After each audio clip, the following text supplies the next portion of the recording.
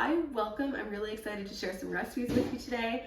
I love summer produce. I'm going to do a recipe with peaches, zucchini, and then another recipe, candied walnuts. So I'm really excited to share these with you. If you're new, I'm Amy. I'm a wife and a mom to a 2- and 4-year-old, and I love sharing what I'm cooking for my family.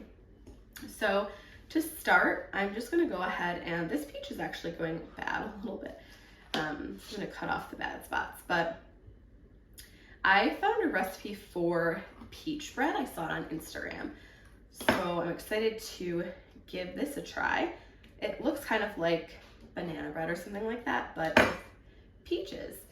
So I'm just going to dice up the peaches and mash them a little bit. These are actually nectarines, but I love nectarines. You could definitely use peaches instead.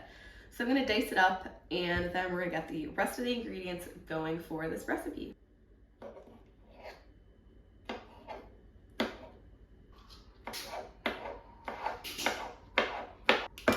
I only need 1 cup of peaches, so I'm going to go ahead and measure it out. Again, I have nectarines, but these are fairly small nectarines, so I think I'll go ahead and cut the rest of this. Also, since they had some bad spots, I did go ahead and set those bad spots aside. So, okay, that looks perfect to me. I have this bowl to mix ingredients, and I think I'm just going to dump the peaches in first,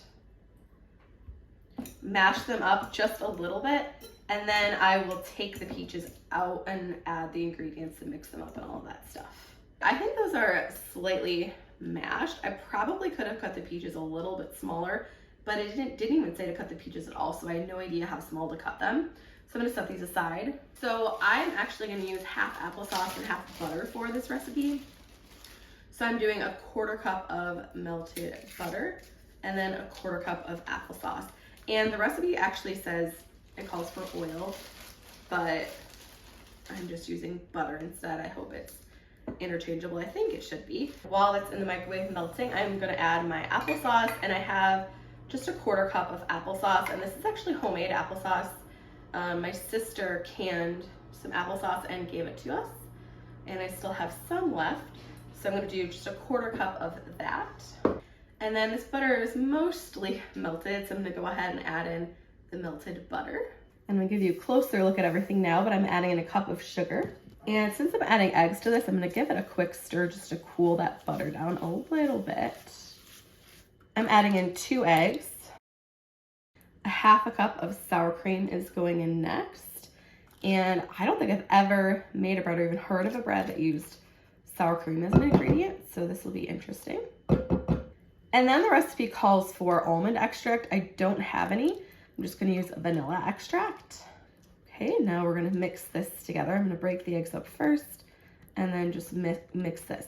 Then we're gonna add some more ingredients. This is still a little bit clumpy, as you can see. I probably should beat it or something like that, but I just don't wanna dirty anything additional, so I'm just gonna leave it.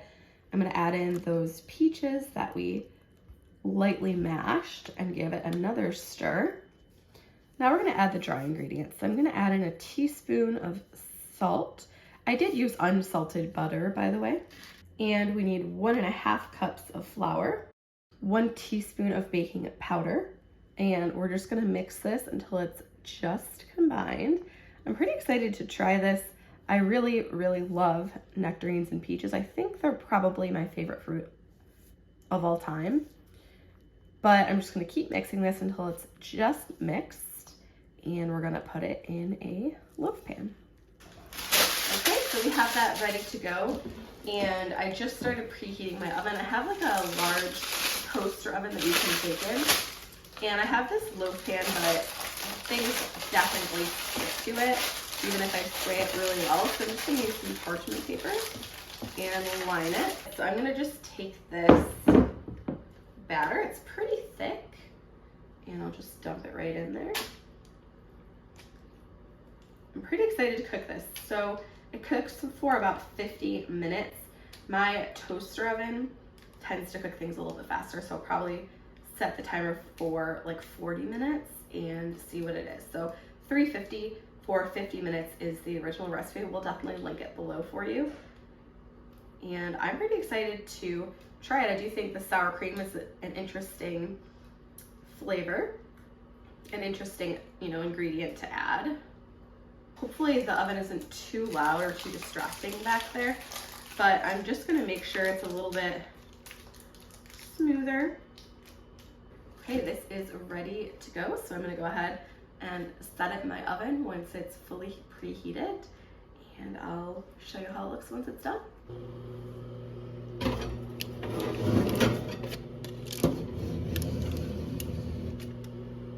Okay, and it goes. While that's baking and moving on to the next recipe, I'm using these squiggly Kniff Cut noodles from Trader Joe's. If you have any noodles, even spaghetti will work. But I also really like the ramen noodles. I think they're like millet brown rice noodles. You can get them from Costco or Target or Whole Foods or anything like that, I think. But you can even buy ramen packets and not use the seasoning. But this has a soy and sesame sauce with it. So I will just use the packet, and then if you don't, you could just add soy sauce and a little sesame oil or something like that. So this is where I got the idea for this recipe. I really like making stir fries. So basically I'm gonna take a zucchini and I'm gonna kind of make a ramen stir fry sort of. And I'm just gonna take my peeler. And I'm just gonna peel the zucchini into strips. And I'm also gonna do the same thing for carrots. I probably will also cut the strips in so they're like smaller, so they're not quite as wide. But so I'm gonna go ahead and do that with the zucchini. So I'm down to kind of a thinner part that's harder to peel. So I'm just gonna go ahead and try and really thinly slice that. And also I forgot to mention that I do have water on to boil already. So now I'm just gonna take these kind of like wider pieces and I'm gonna lay them down and I'm just gonna make them a bit thinner.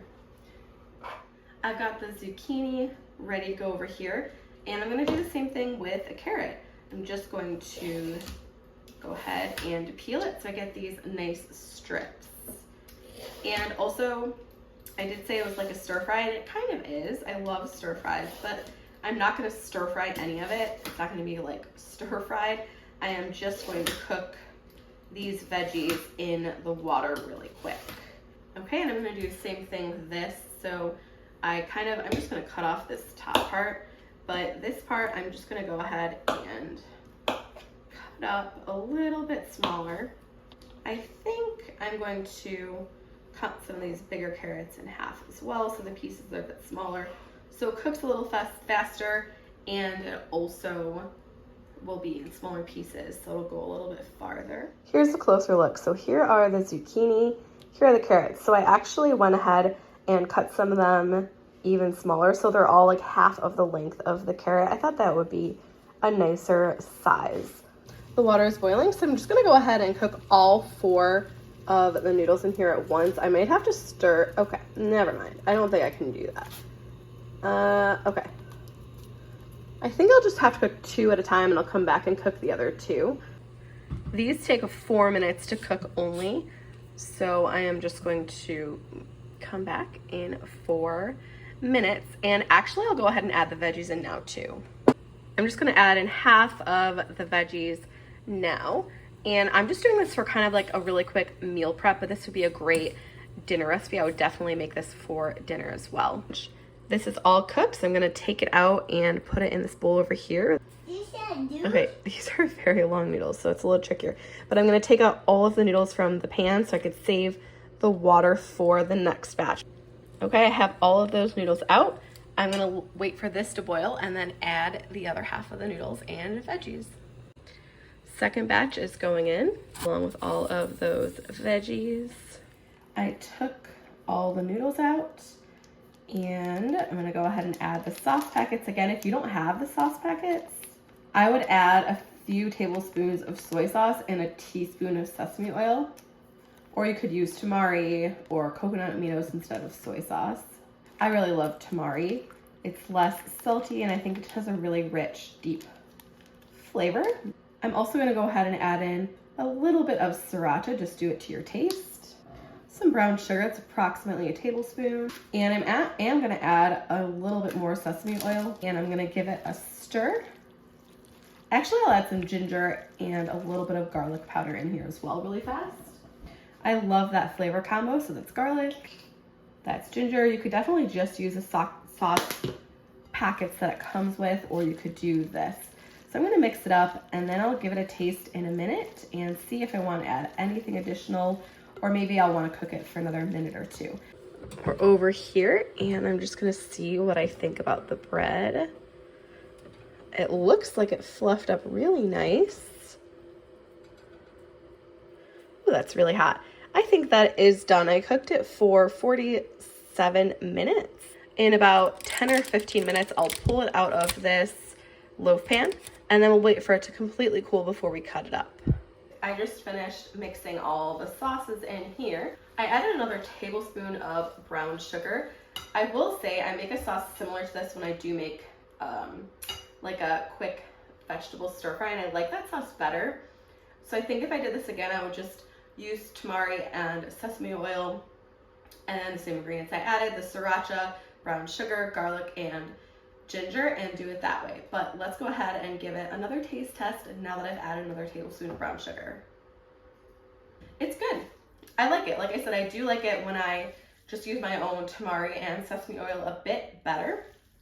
But I'm excited about having this for lunches for the next few days. My husband and I will have this for the next few days for lunches.